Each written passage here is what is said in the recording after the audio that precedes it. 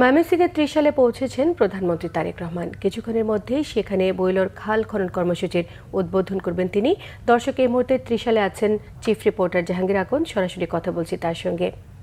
জাহাঙ্গীর, শুনতে পাচ্ছেন? জাহাঙ্গীর, সেখানকার এই মুহূর্তের পরিস্থিতি যদি আমাদের জানাতেন।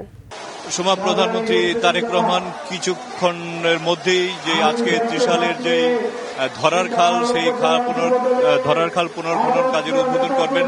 আপনারা দেখতে পাচ্ছেন যে এখন একটা চরম বৈরী একটি আবহাওয়া এখানে বিরাজ করছে। প্রচন্ড বৃষ্টি হচ্ছে। বৃষ্টির মধ্যেই এখানে হাজার হাজার মানুষ আপনার ত্রিশালের বিভিন্ন প্রান্ত থেকে, ময়মনসিংহের বিভিন্ন প্রান্ত থেকে, জেলা মহানগর থেকে নেতাকর্মীরা, শুভাকাঙ্ক্ষীরা এসে উপস্থিত হয়েছেন তাদের প্রিয় প্রধানমন্ত্রীকে দেখার জন্য। আর কিছুক্ষণের মধ্যেই প্রধানমন্ত্রী তারেক রহমান এই ধরার খাল খনন কাজের উদ্বোধন করবেন। 1979 সালে শহীদ রাষ্ট্রপতি জিয়াউর রহমান এই খালটি খনন করেছিলেন এবং ঠিক তার 47 বছর পর কোদাল হাতে তারই পুত্র বর্তমান প্রধানমন্ত্রী তারেক রহমান সেই খাল আবার খনন করতে যাচ্ছেন। ময়মনসিংহের বাসীর জন্য এটি একটি বিশাল এবং গুরুত্বপূর্ণ একটি দিন। আজকে তারা একটি ঐতিহাসিক কালের সাক্ষী হয়ে থাকছেন। আর কিছুক্ষণের মধ্যে প্রধানমন্ত্রী এখানে আসবেন এবং খাল খননের পর তিনি একটি তাল গাছের চারা রোপণ করবেন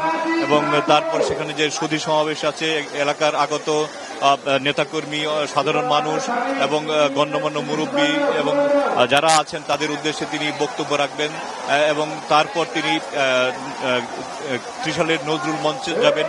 সেখানে জাতীয় কবি কাজী নজরুল ইসলামের 103তম জন্মবার্ষিকীর যে অনুষ্ঠান রয়েছে সেই অনুষ্ঠান তিনি উদ্বোধন করবেন। 3 দিন ব্যাপী অনুষ্ঠানের উদ্বোধনের পর তিনি সেখানে আরেকটি সভায় যোগ দিবেন, দলীয় সভা। সেখানে আপনার দলের বিভিন্ন পর্যায়ে নেতারা উপস্থিত থাকবেন এবং সরকার যে উন্নয়নমূলক কাজ করছে, নির্বাচনী প্রতিশ্রুতি পূরণ করছে এবং খাল খনন সহ কৃষি কার্ড, ফ্যামিলি কার্ড, কৃষি ঋণ মৌকুব সহ যেসব উন্নয়নের জন্য, যেসব মানুষের ভাগ্যের উন্নয়নের জন্য যেসব কর্মসূচি নিয়েছে, সেসব কর্মসূচি কিভাবে আরো দোরগোড়ায় পৌঁছানো যায় এবং সরকারের বিরুদ্ধে যেসব অপপ্রচার চলছে সেই অপপ্রচার কিভাবে রোধ করা যায় সেসব বিষয়ে প্রয়োজনীয় দিক নির্দেশনা দিবেন প্রধানমন্ত্রী। তো এই ছিল ত্রিশাল থেকে সবশেষ খবর।